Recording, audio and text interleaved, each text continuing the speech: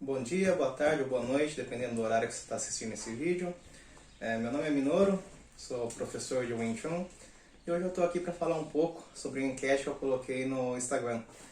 E nessa enquete eu havia dito sobre o início do nosso treinamento, algumas opções que foram dadas, para as pessoas sugerirem o que elas acham que a gente faz aqui na primeira semana. E dentro disso eu vou afirmar minha resposta, e também comentar um pouco sobre elas. Na nossa primeira etapa de treinamento, a gente treina muito a questão da distância, a questão da reação e também da estrutura. E quando eu falo em estrutura, a gente tem que entender o seguinte: o que envolve a estrutura? Primeiramente tem o envolvimento da base, que é a nossa movimentação, e segundo, a estrutura que a gente utiliza para poder golpear pontos frágeis com áreas de ação fortes do nosso corpo. Quando a pessoa vem aqui na sua primeira aula, a primeira coisa que ela vai entender é utilizar o corpo dela, a estrutura mais forte do corpo dela, para atingir áreas frágeis do adversário. Na segunda questão, ela vai entender como funciona a movimentação de base dela. Como ela faz para ter segurança, ela ter equilíbrio, ela conseguir se aproximar, recuar e fazer a sua movimentação de forma segura. Dito isso, ainda dentro desse tópico, a gente faz nosso treino de distância. A pessoa tem que entender onde ela tem segurança para se mexer, onde ela tem risco de ser golpeada e pontos cegos que o adversário pode criar. Então a gente estuda muito como funciona a movimentação para você ter uma percepção rápida do que é perigoso numa situação de discussão. A reação é a nossa terceira etapa desse tópico. Dentro da perspectiva de eu ter aprendido já como eu utilizo minha estrutura firme contra a estrutura frágil do adversário, e o tempo que eu tenho de distância para poder reagir ou não, eu tenho a reação do movimento. E dentro dessa reação que a gente fala, tudo é feito de uma forma já premeditada. Ou seja, nós aqui na nossa escola aprendemos a fazer a leitura corporal do agressor e também induzi-los a fazer o movimento que a gente quer. Um exemplo que eu posso dar, de repente numa situação de discussão, a pessoa está começando ali a me deixar coagido, coloco minha mão para frente, tento acalmar, dialogar, conversar. Inconscientemente, quando eu estou com a minha mão aqui à frente do meu rosto, afastando a pessoa, eu estou deixando aberto o flanco. E é onde eu permito que ela tente a sua agressão, e aí eu tenho uma movimentação de poder defender e golpear. E sempre golpear em pontos de ação frágeis. No caso aqui, uma coisa que a gente aprende logo no começo dos nossos treinamentos, se eu estou de frente, a pessoa tentou, porventura, me dar um soco no rosto, um soco cruzado, ou então no caso de mulher puxar o cabelo, ela me protejo e já golpeio o pescoço dela, a garganta. E aí, essa é a nossa primeira etapa de treino, é o que a gente costuma fazer nas nossas primeiras aulas. Por que você acha que isso é importante para a primeira etapa? É importante na primeira etapa pelo seguinte fato. Infelizmente, no nosso país, a gente tem a cultura de querer aprender alguma situação de defesa pessoal por conta de algum trauma, alguma situação que já existiu. A pessoa não tem a prevenção. Dificilmente ela vem aqui porque ela quer aprender arte marcial, para não ter que usar, logicamente, mas com uma ferramenta que ela tem ali como uma ferramenta de vida, uma rotina, um hobby. Geralmente a pessoa que me procura, ou procura muitos amigos meus que são professores de defesa pessoal, é porque já teve algum problema de discussão, ou até mesmo de agressão, e a partir desse momento ela quer aprender a se defender. Ou seja, se a pessoa vem aqui querendo aprender já como funciona, ela não vai querer conversar sobre teoria. Se você faz isso, até ela vai poder sair daqui falando: nossa, a aula é fraca, a pessoa só conversa, ou então, se a gente fica muito na filosofia, fala assim: é legal, sabe muita coisa teórica, muita parte bonita, mas eu queria ação, Então, é por esse motivo que hoje eu faço dessa forma. Muitos anos atrás, quando eu comecei a lecionar, eu até trabalhava numa lógica inversa, que foi o que a maioria das pessoas responderam, que é essa parte de teoria, conceito e filosofia. E eu, com o passar do tempo, fui mudando minha forma de trabalhar justamente porque eu percebia que as pessoas que vinham aqui, elas queriam ação, elas queriam entender como funcionava na prática. E, infelizmente, ou felizmente, depende da ótica que você quer observar esse tema, a gente tem que oferecer o melhor para o nosso cliente dentro do que ele está buscando. A filosofia, a cultura, os conceitos são imprescindíveis para se tornar um bom praticante. Só que isso é com o tempo. A pessoa vem aqui e eu ofereço o que ela está buscando. Eu mostro para ela situações simples, que ela tem aquela situação que vai conseguir fazer funcionar a técnica que eu estou predispondo a ensinar.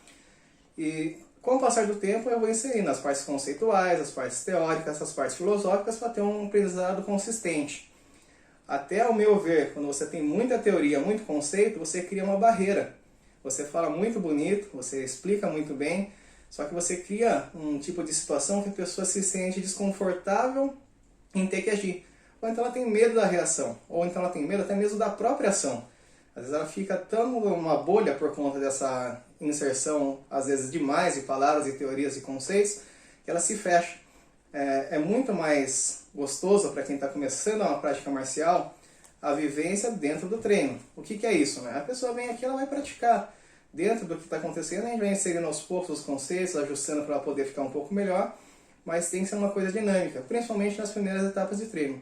Por esse motivo, essas gerações mais recentes, né, de alguns anos, uns 5 anos para cá, eu tenho ensinado dessa forma. Eu pego já coisas que são simples, né, dentro de conceitos que são extremamente importantes para uma sobrevivência urbana, e aí aos poucos eu vou soltando a parte conceitual, teórica, que realmente vai fazer a pessoa chegar num nível muito alto dentro da arte marcial. E em que momento que eu começo a aprender a força, a velocidade e as aplicações dos golpes? Força e velocidade é a partir do momento que você já tem uma estrutura sólida. O que é estrutura sólida? Você ter um equilíbrio para poder golpear, um equilíbrio para poder se defender. Porque não adianta eu treinar força num saco de pancada, força em aparador, né? Velocidade, né? Em aparador, em luva de foco, em saco de pancada, se eu não tenho consistência para poder fazer isso numa prática real. Bater em alvo parado é uma coisa extremamente fácil, qualquer pessoa pode fazer. Velocidade é a mesma coisa, você faz ali um movimento rápido, poxa, legal, bonito ver você fazendo rápido. Mas é o que eu sempre comento com os alunos, não adianta o seu golpe ser forte se você não atinge. Não adianta o seu golpe ser forte se ele não é preciso. Da mesma forma, não adianta você ser super rápido, sendo que você não tem a precisão de acertar o tempo, a distância correta e o momento certo de reagir contra uma pessoa que está se movendo. Então a pessoa entende como funciona a estrutura, né? A base, né? A estrutura que ela pode usar do corpo dela. Ela entende o espaço que ela tem, o movimento que ela pode recuar, que ela pode avançar. A reação dentro do movimento do parceiro de treino que está estimulando ela. E a partir disso, o aprimoramento. Vai desenvolvendo com o tempo a força, a velocidade por conta da vivência no treino. Uma coisa que tem que ficar clara é que força é uma coisa relativa. Como assim? Se tratando de defesa pessoal, se eu fecho minha mão e desfiro um soco no peito de um cara que é muito forte, provavelmente não vai tirar de ação, ele vai aguentar, ele vai suportar isso. Do contrário, se eu pego ali e chuto a genital dele, já é uma coisa que vai abrir caminho para poder ter uma rota de fuga e sair ali com segurança. Um outro exemplo, ao invés de dar um soco, se eu pego um dedo indicador meu e perfuro o olho da pessoa, enfinco o dedo no olho da pessoa, eu crio tempo de distração para poder sair de perto. Então força é uma questão relativa. Não adianta a gente treinar uma arte marcial de defesa pessoal pensando que eu vou golpear da mesma forma, no caso uma mulher golpear um cara da mesma forma que um homem golpeia, vai ter o mesmo efeito. Ela tem que usar inteligência, ela tem que fazer o que é rápido, o que é prático, o que é funcional. E ainda nesse assunto, né, que força e velocidade acaba envolvendo aplicação, a gente tem 2 tipos de treino, exercício e aplicação. A pessoa vai entender ferramentas, vai fazer estímulo para poder criar memória muscular, para poder ter uma reação rápida, e isso no treino, no exercício e aplicação. E posteriormente, quando ela estiver um pouco mais avançada, ela vai ter o treino de aplicação. O que é o treino de aplicação? Aí é assim, a pessoa tem ali a sua técnica, seu estudo marcial, sua memória muscular adquirida com o treino, e vai sofrer agressões, né, movimentos estimulados, lógico, tudo sob controle, para poder ter a reação imediata, sem ter que pensar para fazer. Que é muito importante, dentro da defesa pessoal, a pessoa ter a sua própria expressão. Não adianta a pessoa ficar decorando exercícios onde está um ambiente controlado, que sempre o amigo vai ser permissivo em fazer a técnica funcionar, sendo que na hora a gente sabe que não vai ser assim. Então, lógico, tem todas as etapas de treinamento.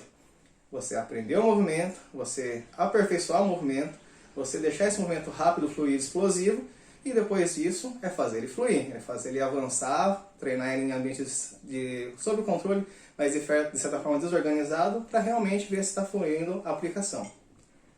Na escola, eu também vou aprender sobre resistência, calejamento e absorção de golpes? Sim, vai por conta do motivo que você vai ter que colocar isso em prática. E infelizmente a gente tem que sair dessa fantasia que se você treinar uma arte marcial de defesa pessoal, você não vai fazer o treino de sparring. É importante frisar que não é uma coisa obrigatória na escola. Tem muitos alunos meus que já tiveram que usar o que eu ensino aqui em situação de treino, numa situação de briga de rua, e eles saíram super bem, mas não gostavam de praticar luta. Mas, dentro do nosso treino, consequentemente por conta da rotina de fazer repetições de muitas vezes, né, fazer várias repetições, acaba calejando o braço por conta da... Aliás, calejamento até é um termo que eu não gosto de usar, porque acho que lá na frente isso a vida cobra caro, principalmente para quem não é atleta. Vamos lembrar o seguinte, tudo que eu estou falando aqui é voltado para uma pessoa comum, não para atleta. Então o calejamento, né, às vezes para a pessoa comum, que não tem uma rotina de lutador ou de atleta, lá na frente ele cobra consequências. Então o que a gente tem aqui é o fortalecimento, né, a preparação da estrutura muscular corporal da pessoa e óssea para poder reagir. Então por conta do treinamento ser repetitivo no sistema de você adquirir a memória muscular, é natural que ofereça uma resistência maior. Assim como a absorção de golpes. Você vai treinar ali a sua prática de luta, sua prática de sparring. É impossível fazer uma prática de sparring, por mais que você esteja muito velho de treino, sem tomar golpe. Uma hora você toma um golpe, você tem que saber absorver, entender como funciona, saber que aquilo ali aconteceu, mas você não pode fraquejar, tem que conseguir ter consistência para poder continuar lutando, e aí assim você ajustando. Você pensar que sempre você vai estar numa condição ideal de reagir é fácil. O complicado é você reagir em situações desconfortáveis, onde você está sendo golpeado, onde você tem uma situação de estresse. Então, consequentemente, a resistência por conta de treino, o fortalecimento, que no caso é o calejamento que foi dito, vai ser adquirido com a rotina de treino. É uma coisa que gradualmente você vai aprendendo. Lógico, não tem que ser uma coisa forçada. O próprio treino, o próprio desenvolvimento que você vai tendo dentro da escola, vai fazendo com que isso vá acontecendo aos poucos. Se eu quiser aprender a teoria e a filosofia por fora, eu tenho alguns cursos extracurriculares? Sim, a gente tem cursos extracurriculares, né, dentro da parte teórica, né? Em aula já é ensinado, né? Lógico que tem aprofundamento, que é feito até com o meu mestre, o Peterson Menezes, que é referência no assunto, né, de defesa pessoal aqui no Brasil. Já deu inúmeras entrevistas em canais como o History, a própria Globo.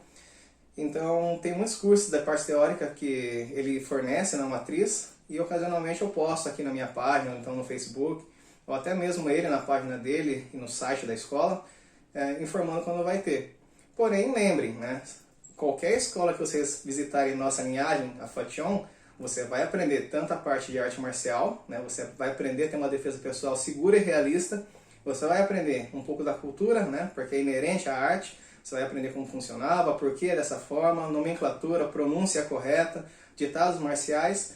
E além disso, você vai ter a questão da qualidade de vida. A gente vai ensinar sempre esses tópicos. O praticante de arte marcial, principalmente da defesa pessoal, ele tem que aprender isso para a qualidade de vida.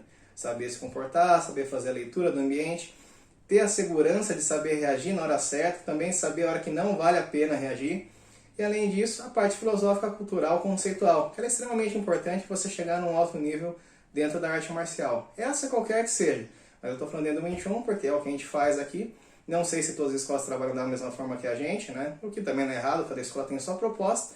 Mas a nossa proposta sempre é ensinar o máximo de conteúdo que agregue para o praticante, não somente ele como lutador, ou então uma pessoa que tenha segurança em saber que realmente domina a defesa pessoal, mas também que ofereça principalmente qualidade de vida. Pessoal, então é isso, né? Acho que ficou bem claro aí os tópicos que eu tenho mais profundidade no início dos nossos treinamentos aqui na escola. Caso não tenha ficado alguma coisa clara, não entendeu muito bem, manda aí no direct que eu faço outro vídeo, a gente responde. É um vídeo teórico, né? Não tem que mostrar nada. Muitos de vocês aí que responderam acertaram. A maioria que acertou realmente é aluno meu aqui que convive aqui comigo, né? Alguns acabaram respondendo, acho que dentro da perspectiva que eu tenho do que já treinou, ou então por conta de visão que tem de algum lugar. E isso é natural. Foi bem bacana o bate-papo, as interações que a gente está tendo aí, e espero que a gente continue nesse processo. Pessoal, até a próxima, hein? Espero que tenha ficado claro. Qualquer dúvida é só entrar em contato. Obrigado.